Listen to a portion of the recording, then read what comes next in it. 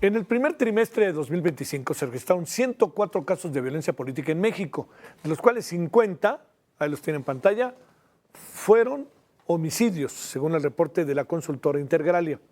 Destacan los asesinatos de Carlos Ramsés Neri, aspirante a alcalde en Veracruz; Manuel Andrei Gamboa, director de gobierno en Camerino Z. Mendoza; Guerrero y Morelos encabezaron la lista con 7 homicidios políticos cada uno, aunque los casos disminuyeron 59.2% respecto al mismo periodo de 2024. El reporte advertía que la violencia podría aumentar por las elecciones en Veracruz y Durango y también por la elección judicial. Se dio más en Veracruz todo este fenómeno. Pero como sea, la violencia política sigue entre nosotros.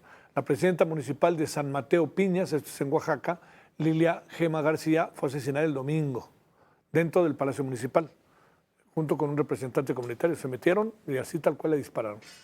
Un comando irrumpió, en solo 6 minutos ejecutó a ambas víctimas con armas de alto poder. La Fiscalía reportó al menos 60 casquillos percutidos y confirmó que los agresores huyeron en motocicletas. Las autoridades manejan 5 líneas de investigación: desvío de fondos tras el huracán Ágata, robo de dinero público para obra social, oposición a cobros ilegales por tránsito de madera, falsificación de documentos oficiales y políticos y conflictos políticos sociales.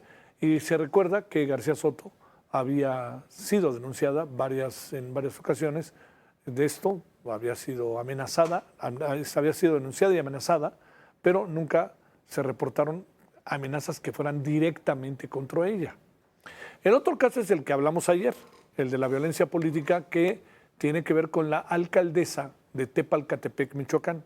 La tiene usted en pantallas. Ella es Marta Laura Mendoza y su esposo Ulises Sánchez.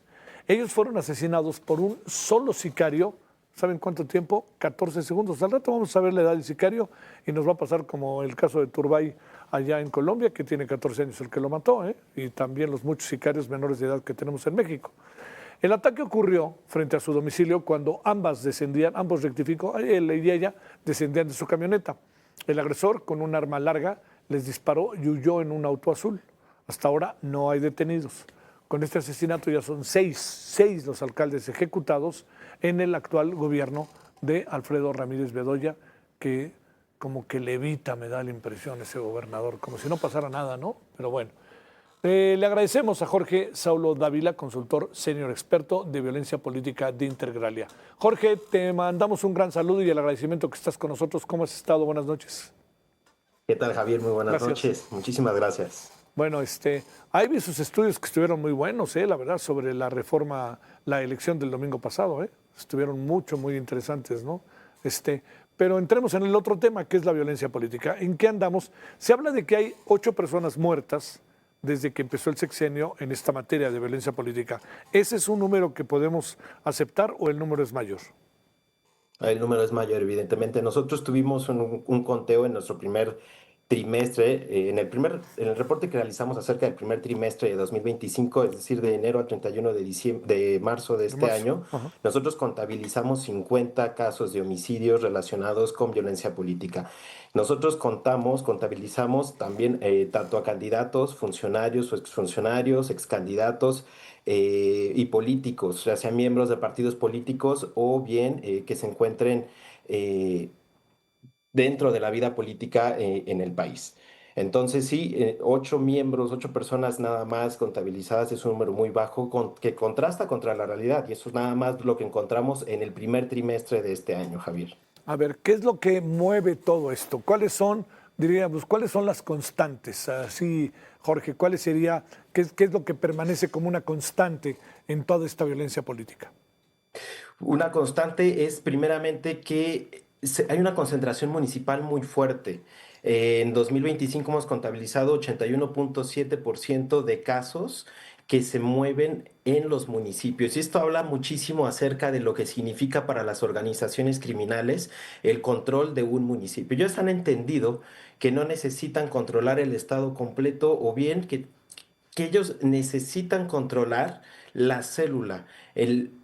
La vida pública se desarrolla dentro del municipio y ellos es lo que han entendido. Ellos lo que buscan es este control para así poder tener el control de carreteras, el control, no nada más, el control también del presupuesto del mismo municipio. Hemos visto cómo en muchos municipios en este país, pues ya también ellos deciden qué obra se realiza, cuánto se realiza, ellos mismos ponen las constructoras, ponen también a los materiales, ponen absolutamente todo para que la obra se realice.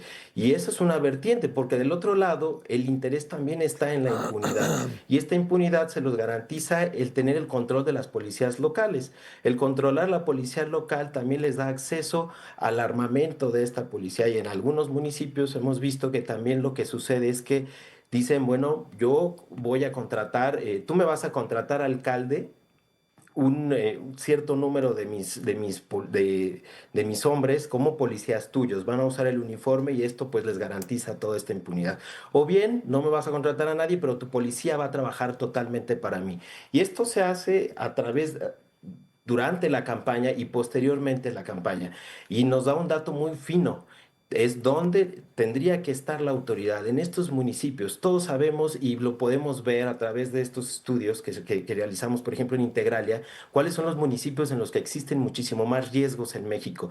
Entonces, la autoridad es donde debería de estar muchísimo más presente en estos casos. Y no únicamente durante los periodos de visibilidad de la violencia política, que es lamentablemente solamente durante los periodos electorales, sino la violencia política hay que recordar que también se da posteriormente a la elección, cuando el presidente municipal, por ejemplo, el regidor, ya toma el cargo.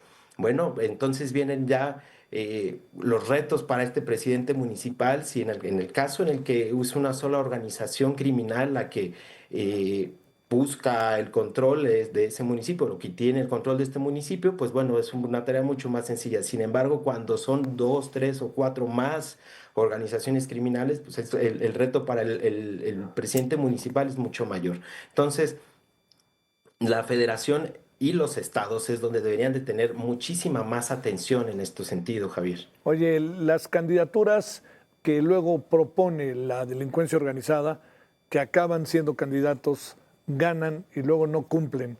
Esa es otra variable por la cual la delincuencia organizada se cobra lo que supone su deuda, ¿no? Sí, por supuesto, totalmente de acuerdo.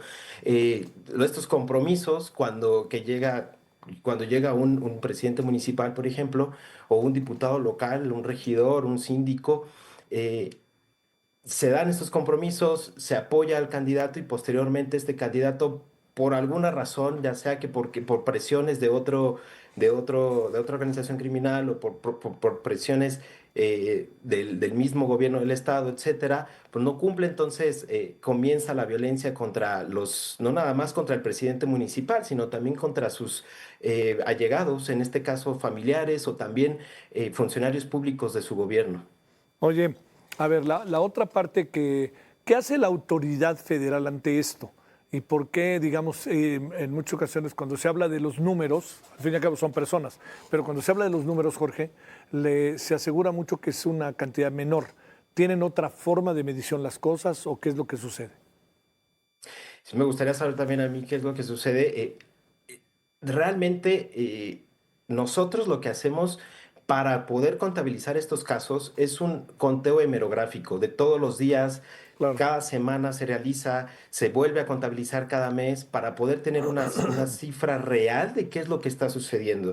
Y esto nos lo da el revisar hemerográficamente periódicos no nada más nacionales, por ejemplo, o páginas no nada más nacionales, noticias no nada más nacionales, sino también locales. Muchas veces lo fino también lo traen lo local. Entonces vamos encontrando, vamos verificando los casos y es cuando nos damos cuenta que entonces sí corresponde a un caso de violencia política dentro de nuestros parámetros y lo contabilizamos de esta manera. Me parece que el querer ocultar las cosas no ayuda en nada para la solución. Poco a poco vemos que durante las elecciones, lo vimos de 2018, 21, 24, pues los casos de violencia política van aumentando y en tanto la autoridad permanezca ciega, digamos, ante estos sucesos o negándolos, pues nada va a cambiar para este país. Y es muy importante porque entonces se vuelve un tema de seguridad nacional, no nada más se convierte en un tema de entonces, pues este edil ya se quedó y ahora ya trabaja o su municipio está bajo las órdenes de tal o cual organización criminal, sino se vuelve un tema de seguridad nacional porque entonces se pierde el control, el Estado pierde el control del territorio. Sí. Hace unas semanas la DEA sacó su reporte de drogas 2025 e impactó bastante porque en toda la historia de este país ninguna organización criminal, con todo y el poder que pudo haber tenido el cártel de Sinaloa en su momento, pues dominaba o tenía presencia en las 32 entidades. Y este reporte nos reveló que ya el cártel Jalisco Nueva Generación tiene presencia en las 32 entidades del país. El cártel de Sinaloa en 31, salvo Jalisco, es la única entidad en la que no tiene presencia. Pero bueno, cada vez también vemos más organizaciones criminales trabajando en México y ya no solamente nacionales, sino por ejemplo vemos el Tren de Aragua al norte del país, por Sí. ejemplo en Ciudad Juárez y en Sí. Tijuana, y al sur la MS-13 o los Maras Salvatruchas que estuvieron un tiempo aterrorizando también Chiapas en este caso. Entonces, cada vez vemos más multiplicidad y ahí vamos al caso, por ejemplo, de Veracruz y lo que comentabas tú al inicio de la nota. Veracruz, por ejemplo, es un estado que cada vez también más vemos con casos de violencia política, muchísima inseguridad para sus funcionarios públicos, políticos y candidatos. Entonces, ¿por qué se debe? Y, por ejemplo, ¿cuál es el contraste que existe con Durango? Con Durango es un estado que en general pues, es dominado por una sola organización criminal o tiene la presencia de una sola Sí, organización sí, criminal sí, sí. dominante, Sí. muy dominante. En cambio, Veracruz es un estado en el que vemos al cártel Jalisco Nueva Generación, al cártel del Noreste por el otro lado, a la Barredora también queriendo entrar desde el sur, al cártel de Sinaloa queriendo asentarse. Vemos una multiplicidad de organizaciones criminales que hacen que el dominio del territorio sea muchísimo más complicado tanto para el Estado como para estas mismas organizaciones. Y bueno, entonces se desatan por las razones que ya tocamos al inicio toda esta serie de asesinatos y de conflictos de violencia política o electoral que lamentablemente pues dañan la imagen no nada más del Estado, sino del país en su totalidad. Oye, a ver, hay algo ahí también que es el fenómeno de los partidos, ¿no? De los partidos políticos. La gobernadora de Veracruz dijo que Movimiento Ciudadano pactó con las organizaciones delincuenciales y que por eso presumo que lo que quería decir es que por eso ganaron. Tan marcado es el asunto. En Morena no han pactado con la delincuencia organizada o ante qué fenómeno de esta naturaleza estamos de partidos políticos, delincuencia organizada.